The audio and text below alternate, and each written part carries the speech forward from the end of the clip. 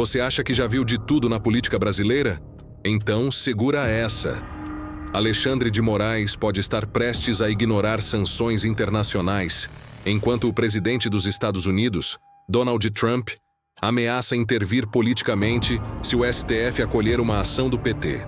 Sim, você ouviu certo, Trump está de olho no STF brasileiro.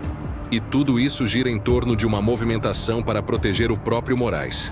A coisa ficou tão fora de controle que até nos bastidores internacionais já se fala em conflito institucional. Então se segura aí, porque o que eu vou te mostrar agora vai muito além de política. É sobre poder, sobre censura, sobre controle e sobre até onde vai o jogo das elites quando se sentem ameaçadas. Se você se interessa por política real, sem filtro e sem rabo preso, já deixa o like e comenta.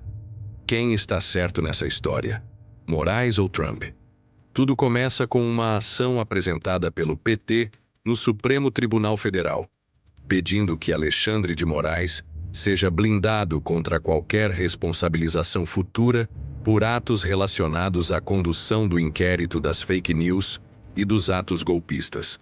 Ou seja, querem garantir que ele nunca seja punido nem investigado, mesmo que no futuro se prove abuso de autoridade ou decisões inconstitucionais. O argumento? Que ele estava protegendo a democracia. Agora para e pensa comigo. Isso significa que qualquer decisão, por mais polêmica, exagerada ou precipitada, poderia ser varrida para debaixo do tapete com esse tipo de blindagem. É como dar um cheque em branco para o ministro mais poderoso do país. Você acha certo blindar um juiz preventivamente? Comenta aí. Imparcialidade ou abuso de poder? Donald Trump, presidente dos Estados Unidos e ainda figura central do Partido Republicano, teria reagido nos bastidores à possibilidade de o STF blindar Moraes. Segundo fontes próximas, Trump considera isso uma afronta à liberdade de expressão e está disposto a pressionar publicamente, caso a medida avance. Mas por quê? Porque ele vê paralelos entre o que ocorre no Brasil e o que enfrentou nos Estados Unidos, sendo censurado, banido de redes sociais e perseguido por decisões judiciais controversas. O discurso dele é claro. Se blindam um juiz hoje, quem será blindado amanhã? E isso acendeu o alerta internacional. Estamos nos tornando uma democracia seletiva? Você acha que Trump tem razão em se posicionar sobre o Brasil? Comenta com uma palavra: interferência ou alerta. Do ponto de vista jurídico, o que está em jogo é o princípio da responsabilização individual. Ninguém está acima da lei. Mas o movimento do PT, na prática, quer criar uma zona de imunidade para Moraes. E a justificativa usada, defesa da democracia, abre um precedente perigoso. Porque se hoje um ministro pode ser blindado por causa do contexto político, amanhã qualquer autoridade pode pedir o mesmo. Já do ponto de vista político, isso fortalece ainda mais o discurso da oposição, que o STF deixou de ser uma corte constitucional e virou um agente político partidário, com poder ilimitado e sem freios. Inclusive, há juristas que já falam em risco de ruptura institucional se essa blindagem for aprovada. Me conta aqui nos comentários.